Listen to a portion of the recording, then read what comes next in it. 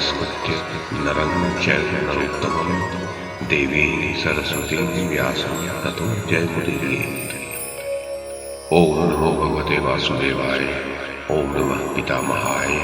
ओम नमः प्रजापतिभ्यः। ओम नमः कृष्णद्वैपायनाय। ओम नमः सर्वविघ्नविनायकेभ्यः।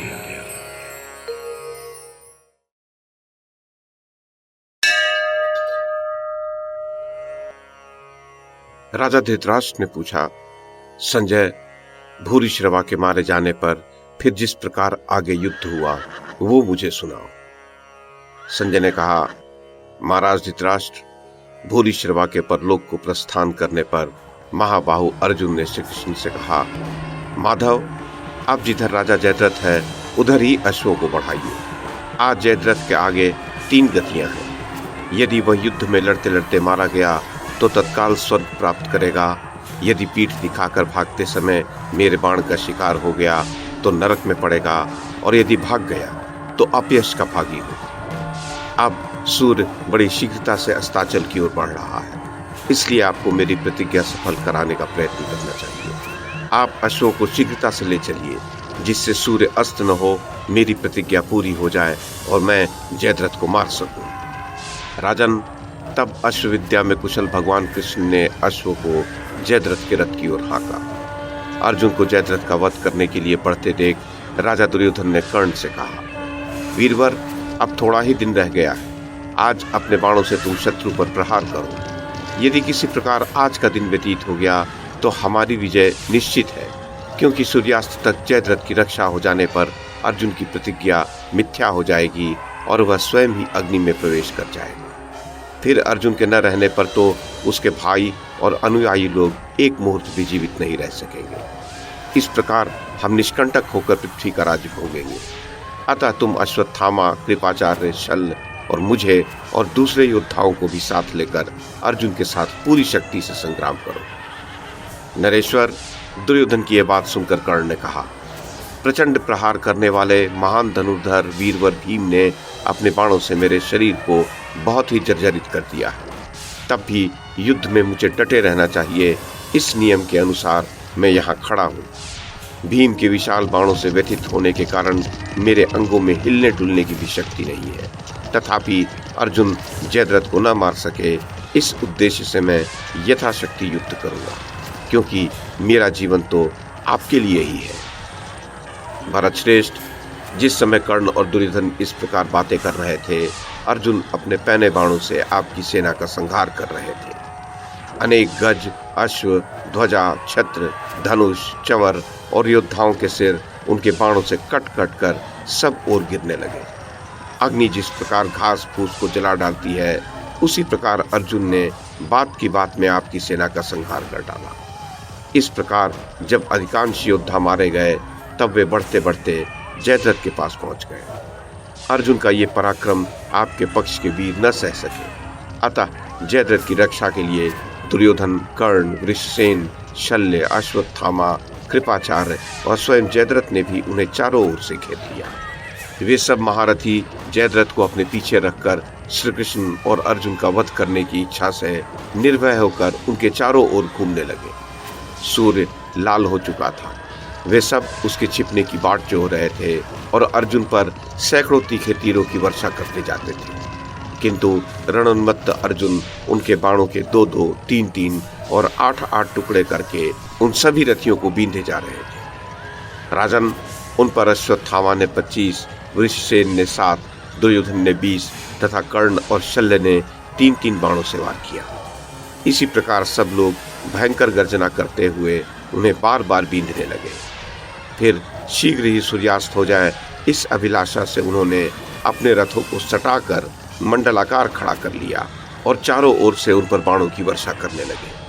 किंतु इस पर भी दुर्धर्ष वीर धनंजय आपकी सेना के अनेक वीरों को धराशायी कर सिंधु राज की ओर बढ़ते गए। तब कर्ण अपने वेग युक्त बाणों से उनकी गति को रोकने का प्रयत्न करने लगा। उसने उन पर 50 बाणों से वार किया। इस पर अर्जुन ने उसका धनुष काटकर 9 बाणों से उसकी छाती पर चोट की। प्रतापी कर्ण ने तुरंत ही दूसरा धनुष उठाया और 8 सहस्त्र बाण छोड़कर अर्जुन को पूर्णतः ढक दिया। अर्जुन ने भी अपने हाथ की सफाई दिखाते हुए सब योद्धाओं के देखते देखते उसे बाणों से आच्छादित कर दिया। इस प्रकार बाणों के समूह में छिप जाने पर भी वे एक दूसरे पर प्रहार करते रहे। उस समय वे बड़ी ही फुर्ती और सफाई से युद्ध कर रहे थे तथा वहां खड़े हुए सब योद्धा उनके इस अद्भुत संग्राम को देख रहे थे। इतने में ही अर्जुन ने धनुष को कान तक खींचकर 4 बाणों से कर्ण के चारों अश्वों को मार डाला तथा एक भल्ले से उसके सारथी को रथ से नीचे गिरा दिया। भारत कर्ण को रथहीन देखकर अश्वत्थामा ने उसे अपने रथ पर चढ़ा लिया और फिर वह अर्जुन से भिड़ गया। उसी समय शल्य ने 30 बाणों से अर्जुन पर वार किया। कृपाचार्य ने 20 बाणों से श्री कृष्ण को और 12 से अर्जुन को बींधा तथा सिंधुराज ने 4 से और वृषसेन ने 7 बाणों से श्री कृष्ण और अर्जुन को आहत कर दिया। इसी पर अर्जुन ने भी 64 बाणों से अश्वत्थामा पर, 100 से शल्य पर, 10 से जयद्रथ पर, 3 से वृषसेन पर और 20 से कृपाचार्य पर चोट की। फिर वे सब महारथी अर्जुन की प्रतिज्ञा भंग करने के विचार से एक साथ मिलकर उन पर टूट पड़े। उन्होंने भारी भारी गदाओं, लोहे के परिधों, शक्तियों तथा और भी नाना प्रकार के शस्त्रों से उन पर एक साथ चोट की। किंतु अर्जुन इस प्रकार आक्रमण करती हुई उस कौरव सेना को देखकर हंसे और आपके अनेक वीरों का विध्वंस करते हुए आगे बढ़ने लगे। महाराज, जिस समय अर्जुन अपने धनुष की डोरी खींचते थे उस समय उससे इंद्र के वज्र की सी भयानक ध्वनि होती थी। उसे सुनकर आपकी सेना विक्षिप्तों के समान चक्कर में पड़ जाती थी। वे इतनी फुर्ती से बाण छोड़ते थे कि हमें ये नहीं जान पड़ता था कि वे कब बाण लेते हैं, कब उसे धनुष पर चढ़ाते हैं, कब धनुष की डोरी खींचते हैं और कब उसे छोड़ते हैं। उसके पश्चात उन्होंने कुपित होकर दुर्जय ऐन्द्रास्त्र का प्रयोग किया। उससे सहस्रों दिव्य बाण प्रकट हो गए। कौरवों ने भी शस्त्रों की वर्षा से आकाश में अंधकार सा कर दिया। उसे अपने दिव्यास्त्रों के मंत्रों से अभिमंत्रित बाणों द्वारा अर्जुन ने नष्ट कर दिया। उस समय शूरवीरता का दंभ करने वाले आपके जो वीर उनके सामने गए वे सभी अग्नि की लपट पर गिरने वाले पतंगों के समान नष्ट हो गए।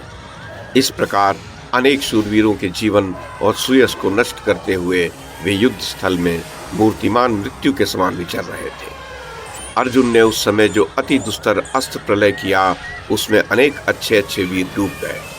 सिर कटे हुए शरीरों, बाहुहीन पिंडों, हस्तहीन भुजाओं, बिना उंगलियों के हाथों, सूंड कटे हुए गजों, दंतहीन मातंगों, आहत ग्रीवा वाले अश्वों, टूटे फूटे रथों तथा वे जिनकी आंतें, पैर या दूसरे जोड़ कट गए थे, ऐसे निश्चेष्ट और तड़पते हुए सहस्रों वीरों के कारण वह विशाल युद्ध भूमि भीरू पुरुषों के लिए अत्यंत भयावह हो रही थी। अर्जुन का ऐसा मूर्तिमान काल के समान अभूतपूर्व पराक्रम देखकर कौरवों में बड़ी सनसनी फैल गई। इस प्रकार महाराज धृतराष्ट्र भयानक कर्म द्वारा अपनी भीषणता की छाप लगाकर अर्जुन बड़े बड़े महारथियों को लांघकर आगे बढ़ गए।